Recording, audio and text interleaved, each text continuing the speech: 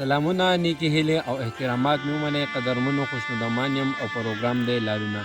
څنګه چې تاسو ته پته ده موږ د لالونو پروګرام یو سلسله شروع کړې ده چې په هغې کې موږ هغې شاعرانو سره ناستې کوو څوک چې د غزل سره مینه ساتي، د شعر شاعرۍ سره مینه ساتي.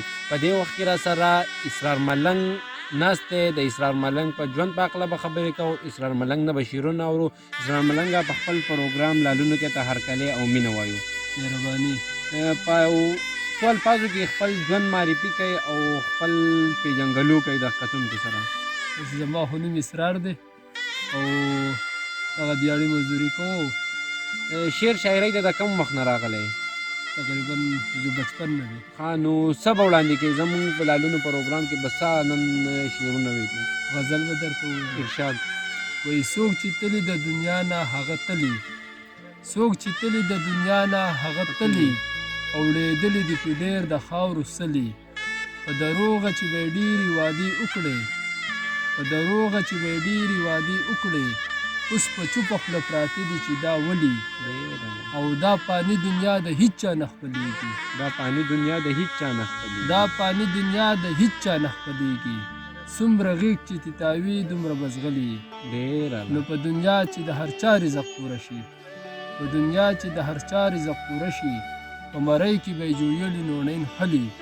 نو په دارو د طبیبانو نه جوړېږي، په دارو د طبیبانو نه جوړېږي. غورځېدلي چرته نه دي پاڅېدلي، نو د تپوس زګي شته اسرار ملنګه. ډېره. د تپوس زګي شته اسرار ملنګه. څوک چې چاته په کونډه کې دانه خلي. وایي اول ماشوم څوک د قار مینه و، اول ماشوم څوک د قار مینه و، دویم مشران په سمه لار مینه و. اول ماشوم څوک د قار مینه و، دویم مشران په سمه لار مینه و. دریم نشي تماشې کولې، څلور پوډر چرته یې چپې کولې، او پنځم د دو د زړګي صبر نه و. شپږم زما ور سره قدر نه و. اووم نو زه داسې بې سره لو شوم، اتم د هر څه نه ناخبره لو شوم، او نهم وجود باندې مې اور چلیږي، لسم د بل را باندې زور چلیږي، یولسم داسې تمونه کېږي، نو دولسم په ما ظلمونه کېږي. د دیارلسمې فقرې وار راغی، په اوښکو سر ملنګ اسرار راغی.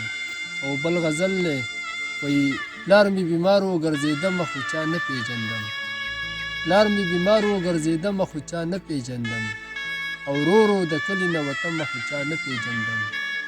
چاته چې ما بکړو فریاد به یې رانه مخ اړوو، چاته چې ما بکړو فریاد به یې رانه مخ اړوو.